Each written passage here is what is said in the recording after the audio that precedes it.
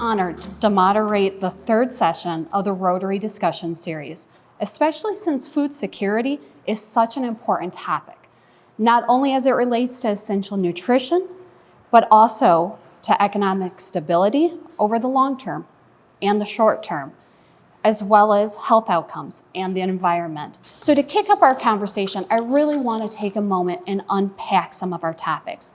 And to do that, let's talk definitions. David, how would you define a food system? Wow. So we're starting out with the really easy questions and we're going to go from there. Great. So food systems are really, when it's hard to describe a food system as kind of this universal thing. I think food systems, when we describe food systems, it needs to be identified within the community in which those systems are operating. So one of the things that we learned as an organization is really trying to figure out who are the partners that need to be involved in a particular food system. And so for us, and I'll just give this as an example, the food system is any entity or person or community group or whatever that is touching food at some point on this broad spectrum from seeds in the ground all the way to that food being hopefully consumed. So if you think about a food system, that's a very broad, that's basically our living existence, right? We've got everybody in this room touches their own food system in a certain way. So it's the farmers, it's the way we get that food transported from the farm to where it's going to be either packed or consumed. And it's also the consumers that are then using it. And so one of the things that if you think about a food system and all of the different parts of it, you start to then identify where are some areas where inequity exists, and whether it's historical inequities or newly emerging inequities. And that can be on both sides of the food spectrum, from the production side to the distribution side. Absolutely. Liz, I saw you nodding. Anything you care to add? I think what we have to understand is that all parts of the food system affect one another. So it's kind of like, I'll use the human waste system, right? So sometimes what'll happen with a human is you can have like diabetes. And that's like the pancreas thing. Yeah, that's the pancreas thing. And all of a sudden your kidneys start shutting down because one system affects the other. If one system shuts down, it makes others work harder. And if they have to work too hard, then they don't work anymore. And so it's the same thing within our food systems. And I think oftentimes in this country, we think of things very siloed and individually. And we're like, well, why can't you just do this? Like, well, because there's different systems that all work together to make this broader thing happen. Food does not just appear on your plate. Food does not just appear at the drive-through. And like for me, I'm like the last channel before it gets to the consumer. So I focus on the retail channel. What I have found in my experience is that when we're talking about food inequality, that's a channel that's often kind of like, I don't think it gets the, what's the word I'm looking for? I don't think it gets the focus that it should, because when we think of food insecurity, our immediate plan is, okay, let's just get people free food. And I'm like, but you're missing a whole part of the system that needs to be in there. And like, we're missing it, and we're not developing that expertise there. And so that causes other issues. But I'll go into that further later. I've talked enough. Rodger, bringing it locally to Chicago, what does the food system look like in the Chicago and our northeastern Illinois region? Sure. So for us, actually a lot of our food that we consume in Chicago, the vast majority of it is coming from hundreds of miles away. I'm not sure how accurate the data, but a few years ago it was 2 to 4% of the food that was consumed in the Chicago area was actually grown in Illinois. So the bulk of the food system that Illinois farmers support is very trade-based, commodity-based. It's part of this other food system that's going into energy, that's going into animal feed, that's going into Yeah, so like energy being ethanol, or it's going into products that are then shipped globally into China, Brazil, just kind of all over the world. So it's very much not a system that's feeding, or has not been focused on feeding ourselves. But it's also not been focused on kind of broader potential possibilities. So it's very much focused in the linear fashion of like, we're going to deliver this to deliver this to deliver this, and has not been, and I think, but there's a lot of efforts here, like at Urban Produce and many similar projects and Liz's projects, that are really starting to think about holistically, because it's been so linear thinking, it's not thinking about kind of the whole cycle, so not just the system, but it's also a cycle. So as you were talking about seed to fork or seed to plate, not thinking about compost that's then can be reutilized to recircle back into the soil. And so like for us, that's a waste that, the bulk of our organic waste is being shipped off to landfills and being stored to make coal, I guess, in several million years. But it also doesn't take into account some of the other, use the economic term, externalities that are spun off. It's not thinking holistically about, so if we're not paying adequate wages throughout the bulk of the food system, then those folks are going to need to be participating in supplemental emergency feeding programs through food banks or SNAP programs or WIC. So really paying attention to the conditions of the workers. And that's one of the biggest sectors in the country is farm workers, folks in processing plants, retail, restaurant workers. So there's a lot of work that can be thought about that. And that's thinking about the people in the system, not just as consumers, but also as active labor. Not thinking about the health conditions because we're not prioritizing affordable fresh fruits and vegetables for communities. Thinking about, again, some of the environmental impacts of all the transportation that takes place. And that environmental impact affecting climate change, which then is going to impact our ability to even produce food locally through droughts or floods or a combination of the two back and forth here in Illinois. But also but where we sit as well does mean we're also involved in a more regional food system. So a lot of the things we don't grow in Illinois can come from Wisconsin and Michigan and be real partners with our regional allies as well. So we'll stop there too. Which is wonderful. And just thinking about our region, Liz, how would you define an equitable food system? Rodger talked about wages and employment, and we touched on climate change and everything. How would you define equitable in this situation? Again, another really easy question. Softballs, just lob that one over. Gosh, I think that the basis of equity is meeting people's needs. Different people have different needs. It is very difficult within a food system to meet everyone's needs. I can only speak from 40 Acres perspective. When I first started, the only thing I was focused on is accessibility to the end consumer. For me, and my belief was accessibility is location. Can you access it easily? It was pricing, is it affordable? And it was, once you can access it and you can get to it and it's affordable, can you transact in a method of payment that you have? Meaning, can we take WIC? Is there any kind of like couponing programs that we can participate in? So we made sure to make that very broad. It's terrible for our accounting and our books. My accountant hates me because we just will take payment in any way, any and every way, because we want to make it that accessible. Well, one thing I did not care about is where does my food come from? Like I didn't care about that because my only concern was how cheap can I buy this food? Can I be competitive? And honestly, in our food system, at least the part that goes on a consumer's table, it's really a race to the bottom.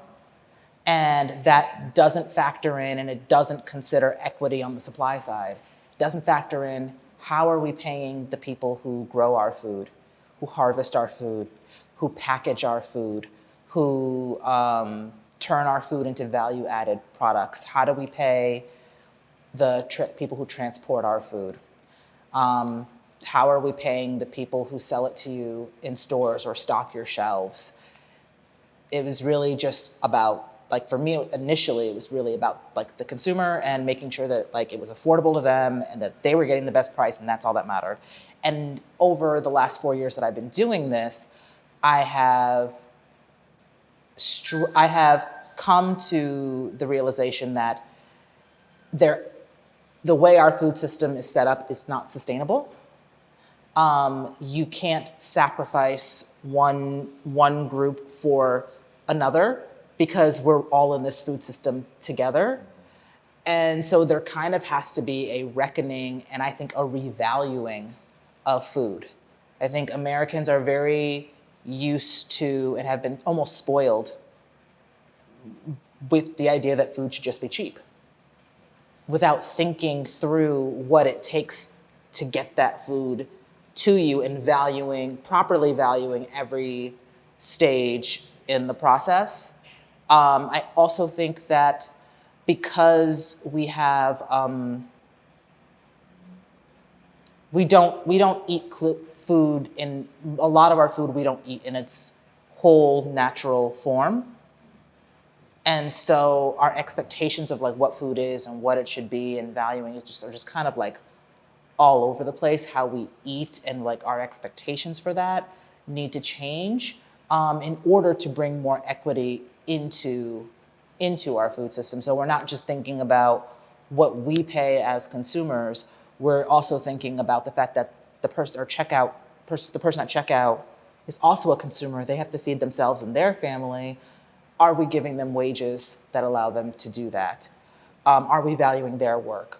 Are we valuing the work of the grower who has picked, I don't know, count thousands of tons of strawberries, and the packer who has then put those strawberries into a perfect 1 pound package for us? Like, how are we thinking through these things? And for a long time, and I'll say it again, food justice and equity on the demand side often kind of misses food justice and equity on the supply side. It kind of goes like this. And like, how do you kind of bring them to a point of intersection better? As I think one of the things that we're trying to do, but it's very difficult to do that, especially as a for-profit entity where you want to be competitive in this food system so you can have a sustainable business that drives economic value as well. David or Rodger, anything you care to add? Yeah, I love the idea of this, the things missing one another. We see that so often in food systems. I mean, you think about what is needed to get food into our refrigerators or whatever on a daily basis. And boy, I think if people had a better idea and better understanding, and clearer understanding of how difficult that work is at all levels of that input, they'd probably have a lot more respect for that can of strawberry, or that basket of strawberries that, oh, maybe I'll eat half of those and I'll figure out what to do with the rest of them later. So, that can lead into food waste. But I want to touch on the thing that Liz was talking about when it comes to honoring those growers, honoring the people that are on that production side. One of the programs that we've developed is a program that passes through funding and provides grants to hunger relief organizations, meal programs, and other community groups to actually purchase directly from local growers. So it decentralizes and it makes those connections direct. And we created this program because one of the things, it was a really stark conversation that I had with a grower that we were working with who said, a small scale grower, I really would like to donate all my product, but there are times of the year when I have to come into a food bank myself to feed my family. And it's just, that was one of those moments of, well, of course, the farmer, again, undervaluing the food puts those farmers, the onus and the pressure that then is on those farmers to figure out how to present their product at the lowest cost that they possibly can to a wholesaler at the expense of running an operation that is beneficial for themselves, for their families, and for their community. So when we talk about that, one of the cornerstones of that program, when we give a nonprofit the funding for that program, We do it in a couple of different ways, but we provide them with information about how do you contract with growers, because a lot of the growers we work with are a small enough scale they don't even have a wholesaling operation. So how do you create a baby step that allows the growers to learn about wholesaling and how they can expand their market that way, while at the same time giving some flexibility within the hunger relief system to purchase product that might not otherwise be making it to a conventional market or a traditional market. And so our emphasis on that program is we don't want you to say, I'm going to pay you pennies on the dollar. Liz, I'm going to pay you pennies on the dollar for whatever you might have left. And that's not helpful for Liz, as a grower. But what we do is say we're going to pay at least wholesale, but then we're also going to have points of emphasis where we layer on top of that, what's the nutrient density of that product? If it's a higher nutrient density, we'll pay a certain percentage more for that product from the growers. And if it's also something that is culturally familiar for the folks that are coming in and served by those hunger relief organizations, that's an additional percentage that we'll pay. And so there's almost a reward in place that creates that relationship between the hunger relief organization, who are then working with the people that are coming in or that they're serving to understand what their needs are. And this gets back to kind of the food equity.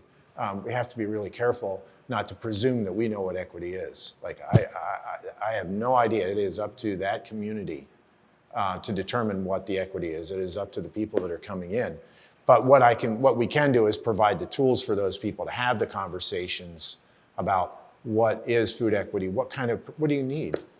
Just to have that really basic conversation. What do you need? You don't necessarily want to bring 2 pallets of kohlrabi into a program that is feeding a population that has no idea what to do with kohlrabi. I mean, I don't know what to do with kohlrabi sometimes, but anyway, I pick on kohlrabi. I shouldn't, but anyway, it's one of those points of let's provide resources to groups that are doing things in communities that are going to make that system that we talked about earlier, so bringing it back to that system, it's going to make that system stronger. And those decisions are not going to be made outside the system. They're going to be made internally within the system. And so it's going to be beneficial. Once you've got a relationship between a hunger relief organization and a farmer, a small-scale farmer, then you start to really create this wonderful connection where it's mutually beneficial and both are then more impactful players in that community and in that system. So, I think from our perspective, we could continue to bring in truckloads of produce and presume that's what's needed, but you really do need to work on both sides of that equation, because you may not be able to grow a certain type of product here, whether it's in Chicago or back in Seattle. So what can you grow here? What is highly nutrient dense? What would people like to see on their plates? And then we'll focus on those things. So I think you build equity into the system when you're doing it that way, and you're approaching it in a respectful way, and you're not trying to say, well, we're gonna make the decisions, and those programs in that community are gonna just do their best, to deal with what the decisions are. Yeah, touching on David's point about what the community desires for the food, but I think cultural relevance of the food, and so really recognizing, also part of the food system conversation, that culture is a huge piece of the food that we all consume, and people bringing their traditions for cultural relevance of the food. That there's hundreds of many cultures in Chicago and many cities that have brought long traditions of growing food, consuming food, connected to religious meaning, and they can also be fraught histories with food as well, and legacies. But that there's many cultures that bring it to the table, and that we have a fairly homogenized food system that's not really recognizing that or valuing that. A lot of studies showing that recent immigrants don't have access. Many of the foods that they don't have aren't on the shelves. And being able to have that connectivity can provide many, health and social benefits for being able to provide that opportunity for being able to grow it or find it in the communities that they need it. But also another big piece of equity, and it's really come out in our work in the last few years and then amplified post-COVID, and as well as racial uprisings from George Floyd in 2020, the massive economic access opportunities within the food system, so that there's the investment, banking, grant making part of the food system that haven't touched on yet. And really reflecting that there's been studies, at least locally, that there's 10 times the amount of investment in white entrepreneurs that there are people of color entrepreneurs. And that's a massive equity gap to just get to parity and then overcome that, and then combined with historic redlining and other exclusions, which means folks don't have the collateral to even participate within the economic food system that's traditionally set up. So really paying attention to all the different investment opportunities and the scaling up for folks to be able to really control and own parts of the food system. And I think that's one of the conversations too, is that what does it mean to be able to have decision-making power and control over the food system in your community? Sovereignty. So being able to get that, opportunities to have that wealth and control of land, water, seeds, other means of production are huge. Absolutely. Let's turn right quick and talk money. How are we investing in our local food system in food equity? Rodger, I know you are heavily involved on the policy side of it. How are we investing? So there has been again, I think the pandemic has highlighted many inequities and many disparities and real strong recognition about the potential within transformations within the food system to hit a bunch of several issues all at the same time, and that's needed to happen. While models, we'll call it traditional, even if it's only 30, 40 years old, the food bank system, were very linear and had their way of operating if conditions are in one place. And if there's a big interruption, they're very brittle and can't solve everything. And they're already functionally a Band-Aid for covering up other issues that were fundamental and have existed for a long time. So there was a lot of innovation. There's many projects that popped up that combine for-profit, nonprofit, government services, and in some cases, so locally, the Chicago Regional Food System Fund, which is brand new, that started out of the pandemic response, is a combination pool of funders. Some had done their own little don't want to be dismissive of what they had done historically, but came together in a much more comprehensive way and allowed for much less siloed funding that was very less niche-y, that each foundation with their own rules and own application process and own grant cycles and own reporting processes came together and said, let's come up with one that will pool our funds, and it'll be a much lower lift in terms of how they're going to fund, much more approachable about it, much easier ask in terms of the questions they're asking, what data they want to track, even the financial reporting that they're asking for. They're not asking for audits, they're not asking for 990, so they made it a lot easier to get access through the door. So that was one approach. And again, highlighting that 10-to-1 disparity in investments, there is a much higher focus on that. So one of the things that also happened, and when really thinking, we haven't talked a lot about policy or government, but they play a huge role in this because they're the ones setting the rules and passing through the bulk of this pandemic assistance that is funding these meal programs and purchase programs. And there has been some more flexibility there. That's somewhat dependent on the state that you operate within and your relationship with those agencies and departments who do run those programs.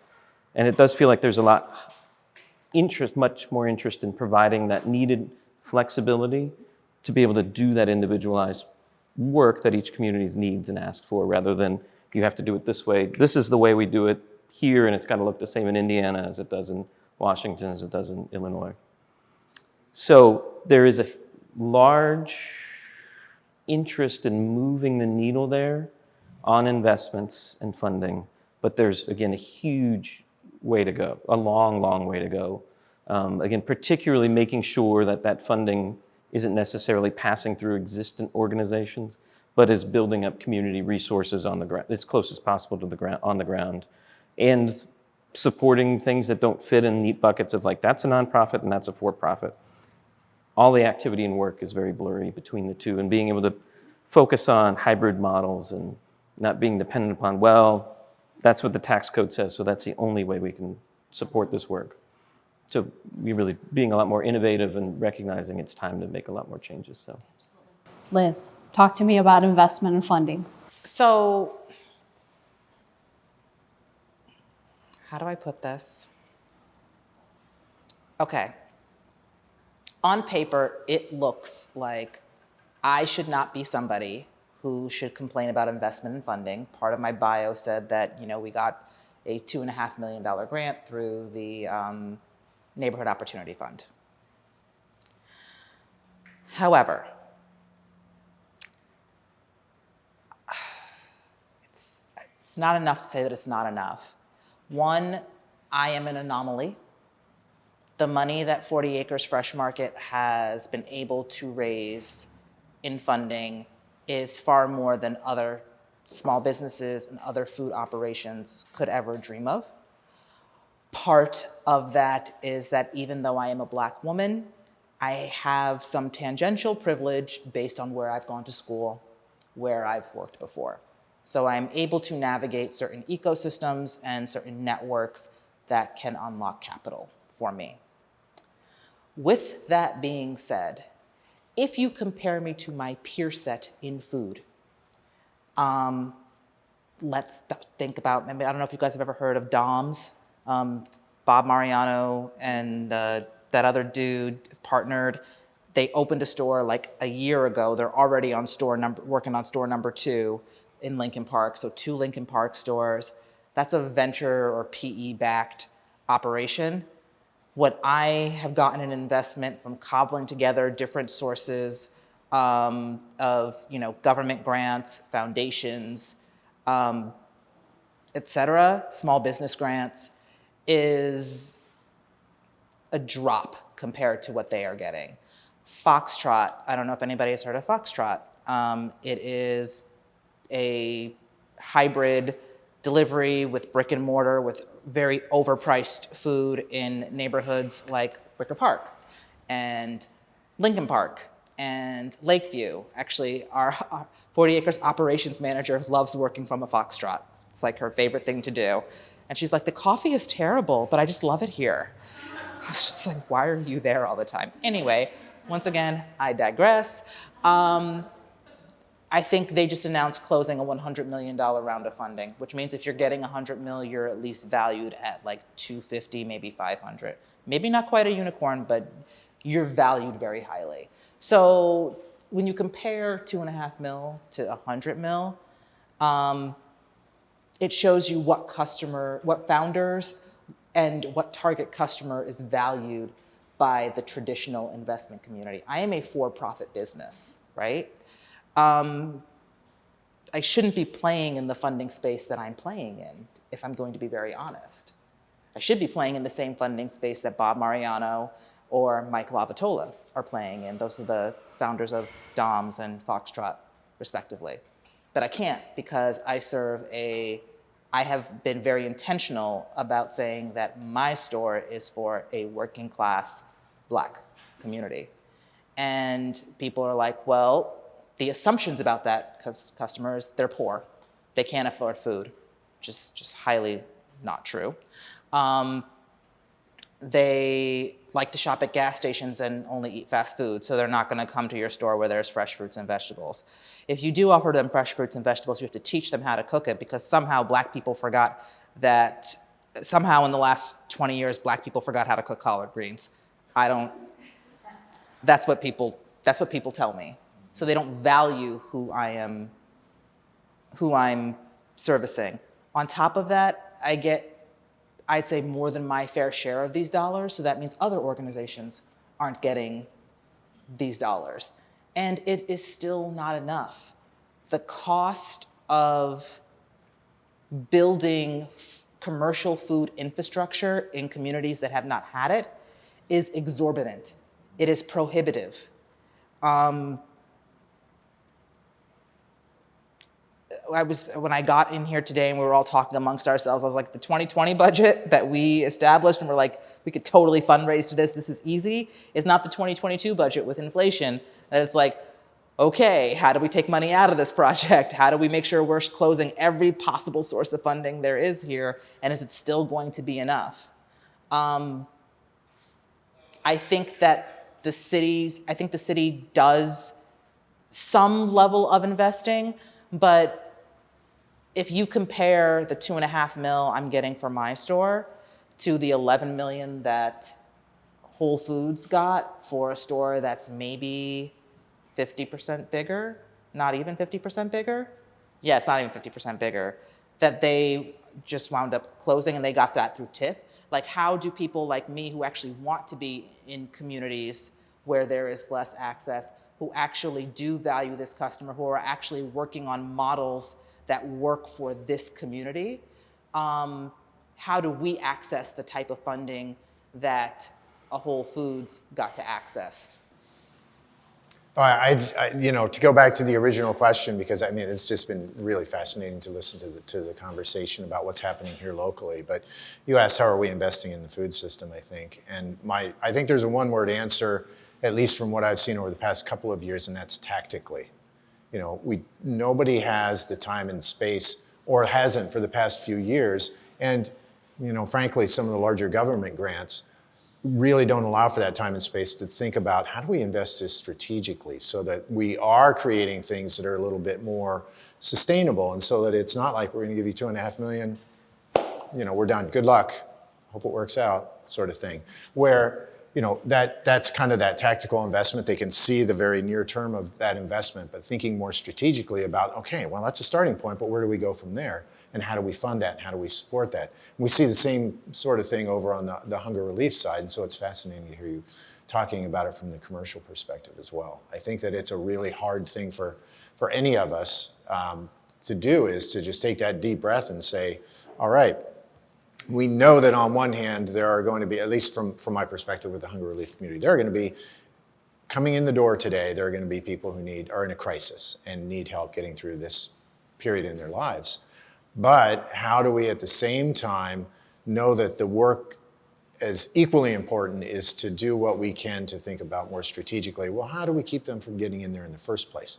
And that's then what gets to the broader advocacy activity that I think we all need to do. And advocacy doesn't need to just be talking to a council member or a politician or somebody from the House of Representatives. That's great, and I think we all have our own stories to tell, and we should do that. But I think we all have our broader networks that we can advocate these ideas through, and I think that's where it's a little bit more powerful, and we have an opportunity to really, as we start thinking about how are we building these food systems, how are we making them sustainable, how are we making them equitable, how are we kind of taking away, if you think about the power systems, how do we take away the power in that inner part of the circle and extend it out to some of those groups in the outer part who aren't a part of that, the decision making and the power at this point in time? How do we do that, and how do we continue doing that? And then what does it look like 5 to 10 years from now?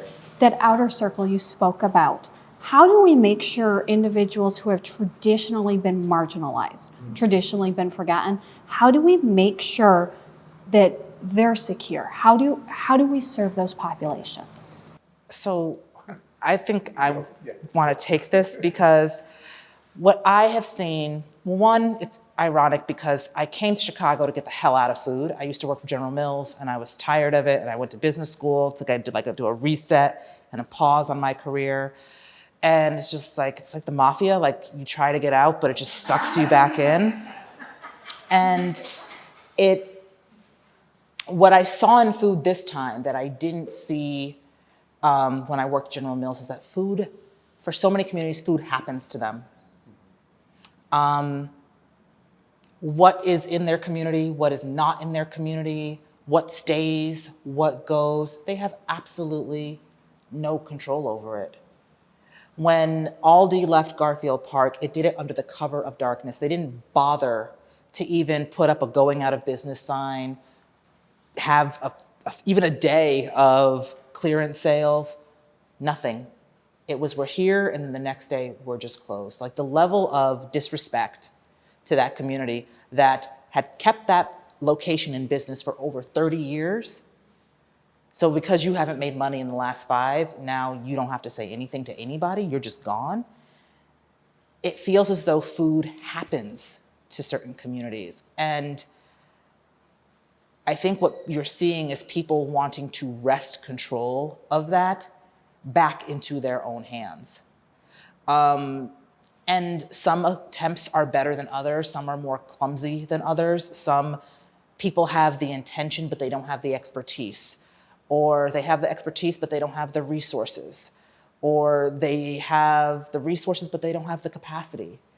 And so I think that that's what you're seeing with this food sovereignty movement. What you see here at like Urban Produce is, okay, you know, I may not have 1,000 acres, but on these city lots, this is what I can do, and how can I take back some control of some part of our food system? I think that's what 40 acres has become for me, so that I have set up our business to be accountable to our customer, to our community. We ask their feedback, we ask their approval every step of the way. I cannot promise that once 40 Acres opens its door, it's going to be there forever. Like, there are things that I cannot predict and I cannot control. But I can guarantee you that if our business is in trouble, everybody will know about it. So that as a community, we can figure out, are there solutions to get us to sustainability? If we have to close, I'm going to tell you 6 months in advance, like, look, I don't think there's a way to turn this around. Let's figure out how to respectfully close and repurpose this space, or bring somebody else in here who can use what I've learned and what I didn't learn quite quick enough to make this work. And that's what you don't see. I would say that, like, the first part of, you know, building 40 Acres was just simply building a relationship with the community, and that took time. Yes, all over the community, you would hear, we need more grocery stores. We want Black-owned grocery stores. We want this thing, but just because they want something doesn't mean they want you to do it. So I think I had to realize that I had to have permission from the community to come into that community. So I think that oftentimes people outside of communities, even if you look like the community, it doesn't mean that you're part of that community yet.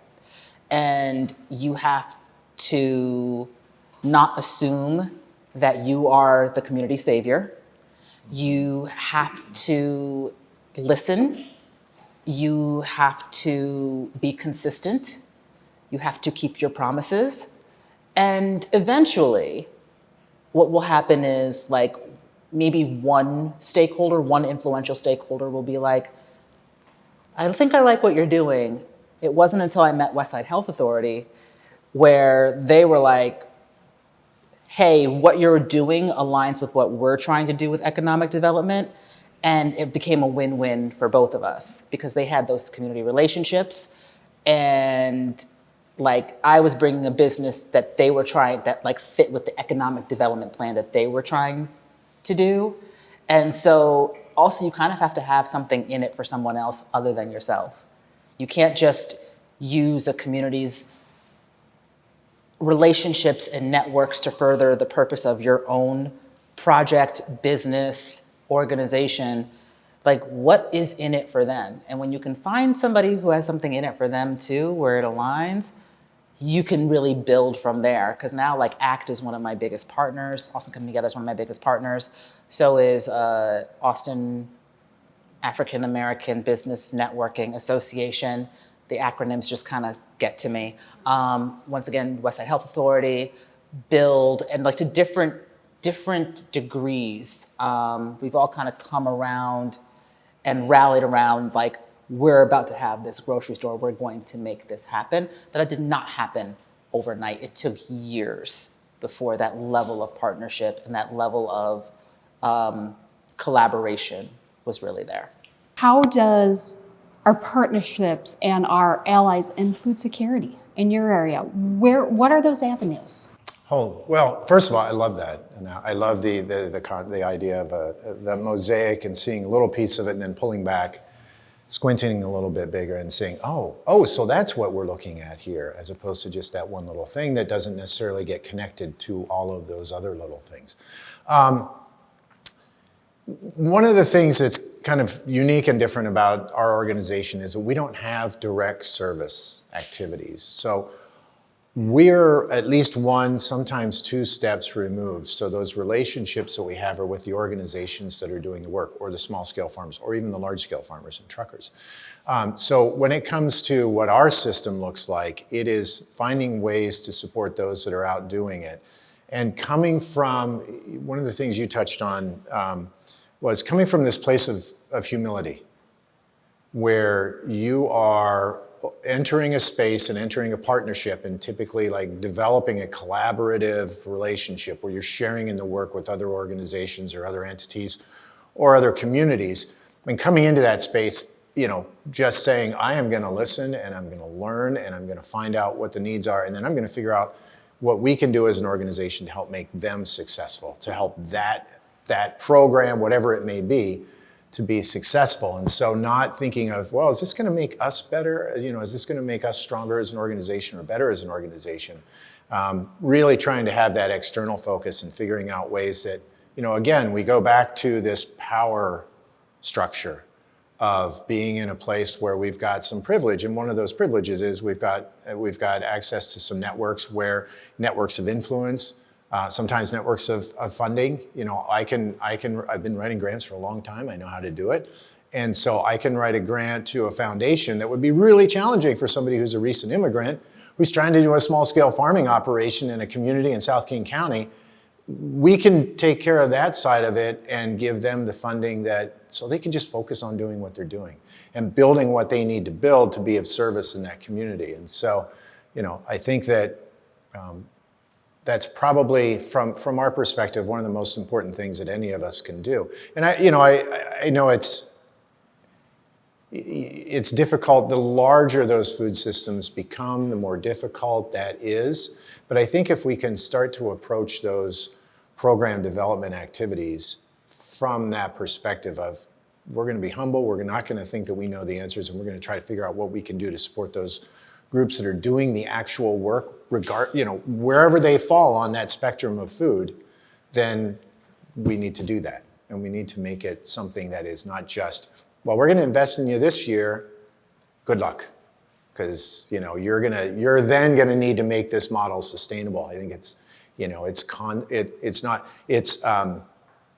if you can take out the idea that if a person is trying to develop a program, or an organization is trying to develop a program, they are not then put on this treadmill of constantly trying to figure out how they're going to fund it. They can focus on building the best program that works for them and their community, if you can then bring resources in to help support that work. And that's what ultimately is going to make it sustainable. So, it's not like, you said it was many years of working and reaching into the community and developing your program and convincing people of this. Well, so this is an example of what we see with a number of other organizations. It takes time.